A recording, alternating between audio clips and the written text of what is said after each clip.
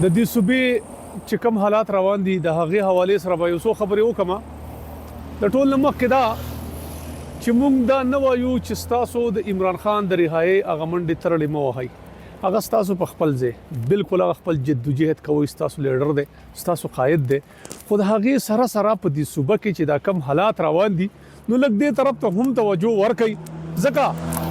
چې عمر له عمران خان نه سبا بیا تاسو بل الیکشن په تیاری چې تیاری کوي کله نو بیا هم په عوامو پسې ورځي د هغې د ووټ مطالبه کوي. نو کم از کم دومره څه وکړي چې سبا لا په هغه کارونو باندې تاسو د عوامو په منځ کې تللی شئ او ووټ دې غوستی شئ. لکه زمونږ په ضلع دیر کې دا څه روان دي، دغسې هر حال د صوبې حالات د امن و امان دغه شانتې حالات دی که نه. نو د هغې نه ښه خبره ده چې لږ په دې باندې هم د عوام د فلاح بهبود په دې کارونو باندې هم د عمران خان د رهایي سره سره په دې باندې هم توجه ورکړئ، ځکه چې سبا له بیا به هم د دې عوام نه تاسو ووټ اخلئ. نو د هغې دپاره ښه خبره ده څه پرفارمنس ورکړئ، سره ترقیاتي کارونه وکړئ، د عوام د فلاح بهبود دپاره څه کارونه وکړئ، څه پراجیکټونه راوړئ چې عوام د نه خوشحاله شي او د عوامو هغه اعتماد په تاسو باندې بحال شي. په خیبر پښتونخوا کې چې کومه د محکمو کومه حالات دي نو یاره زموږ خو دا امید و چې یاره دې کې به څه بهتري راشي، خو زه نینم چې یاره په دې کې څه بهتري راغلي نو ډېره زیات بد حل دی. نو زما د خیبر پښتونخوا چې کومه د پاکستان تحریک انصاف حکومت دی د هغې نه مې دا مطالبه ده چې یاره کم از کم د عمران خان چې کوم ویژن و د هغې مطابق د محکمو د کم کارکردګي چې دا بهتر کوي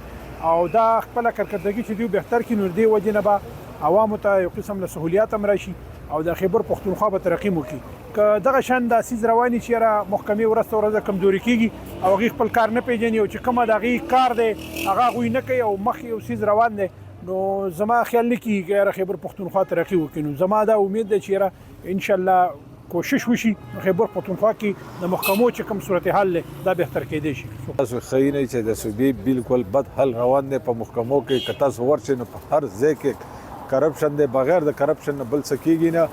او سکنډل خو تاسو ګورئ روزانه په هر ځای کې دا روان دی. که تاسو ګورئ په نن موږ د یو پروجیکټ سره ناستو که په هغه کې موږ معلومات وکړو نو هغه زموږ د دې 2-3 یونین کونسل نه علاوه صرف د بره د خپل د هوښیارۍ دپاره هغو هر څه تحصیل ناظم صاحب کوي. زموږ د دې علاقو څخه بالکل داسې بد سلوک روان دی نو په دې موږ ډېر د مایوسه یو او د پی ټي آی زموږ چې څومره وروڼه دي هغو ته موږ وایو چې باید تاسو د خپلو مشرانو چې کوم رویې دي هغه صحیح نه دي او زموږ سره ډېر زیات ظلم کوي. لویه بدقسمتي ده چې 14 کاله وشو او په دې 14 کاله کې زه الزام نه لګوم، خو به هر حال تاسو په خپله اندازه ولګوئ. نوی سکول جوړ نه شو، نوی کالج جوړ نه شو، نوی بلډینګ جوړ نه شو، یو څه نوی روډ جوړ نه شو، یو نوی منصوبه دلته رانغله. نو دلته زموږ د بچو د مستقبل چې دی د دې قوم د مستقبل چې دی دا بالکل تباهۍ ته لاړه. د پنجاب ته چې لاړ شي او یا اسلام آباد او نورو نو تاسو چې اندازه ولګوئ روډونه روان دي، کالجونه روان دي، سکولونه روان دي، یونیورسټۍ روان دي، خلک روزګار دی، یو خوشحالي ده، یو امن دی. او دلته چې دی نو هر څه تباهۍ طرف ته روان دي. نو دا زموږ ډېره لویه بدقسمتي ده. لهذا زه